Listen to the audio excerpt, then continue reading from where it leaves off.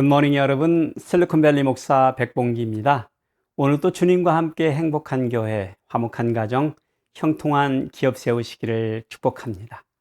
오늘 묵상 말씀은 포도를 맺는 가시나무와 무화과를 맺는 엉겅퀴란 제목으로 마태복음 7장 18절 19절입니다. 함께 읽어보겠습니다. 좋은 나무가 나쁜 열매를 맺을 수 없고 못된 나무가 아름다운 열매를 맺을 수 없느니라. 아름다운 열매를 맺지 아니하는 나무마다 찍혀 불에 던져지니라. 아멘. 말이 안 되는 제목의 오늘 말씀은 어떤 것의 본질에 대하여 가르쳐 주시는 진리입니다.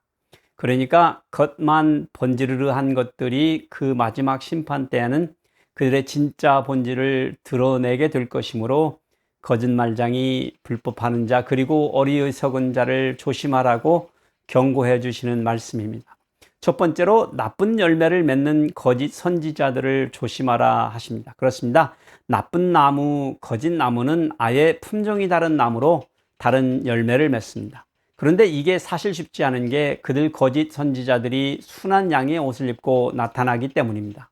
그러나 그들은 우리와 조금 다른 부류로 우리가 동지애를 발휘해야 할 사람들이 아닙니다. 그들이 아무리 거룩한 양같이 행동해도 결국에는 그 끝에는 노략질하는 이리의 이빨을 드러낸다는 것입니다. 이것은 비유입니다. 결국에 자기의 배를 채우려는 자들로 다 거짓 선지자들이라는 것이죠. 그런데 참으로 감사한 게 있습니다. 모든 것의 결국에는 우리가 알게 될 것이라는 것입니다. 좋은 나무마다 아름다운 열매를 맺고 못된 나무가 나쁜 열매를 맺는다는 말은 과실의 크고 좋음을 말하는 것이 아니라 그들은 가시나무인데 포도를 맺으려 하고 있고 엉겅퀴인데 무화과를 따겠다고 뻥치고 거짓말하는 나쁜 나무들로 거짓 선지자들이므로 조심하라고 멀리하라고 하시는 것입니다. 결국 그들은 마지막 날에 찍혀서 불쏘시개가 될 것입니다. 두 번째로 주여 주여 말만 하며 불법을 행하는 자들을 조심하라는 예수님의 말씀입니다.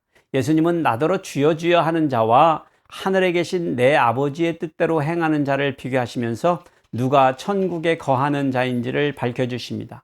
천국에 들어갈 아버지의 뜻대로 행하는 자는 누구인가요?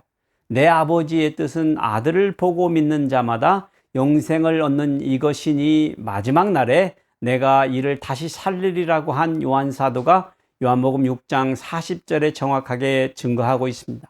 그러니까 주여 주여 부르는 자들의 문제는 앞에서 다룬 나쁜 나무의 모습과 같은 문제입니다.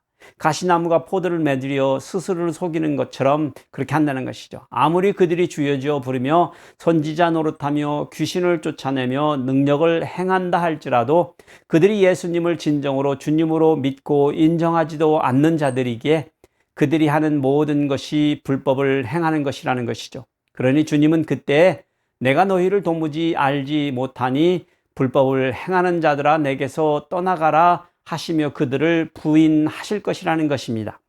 세 번째로 모래 위에 집을 짓는 어리석은 자들을 조심하라고 말씀하십니다. 예수님의 가르침의 말씀을 듣고도 행하지 않는 자, 바로 예수님이 누구신지를 알고도 믿지 않는 자들입니다.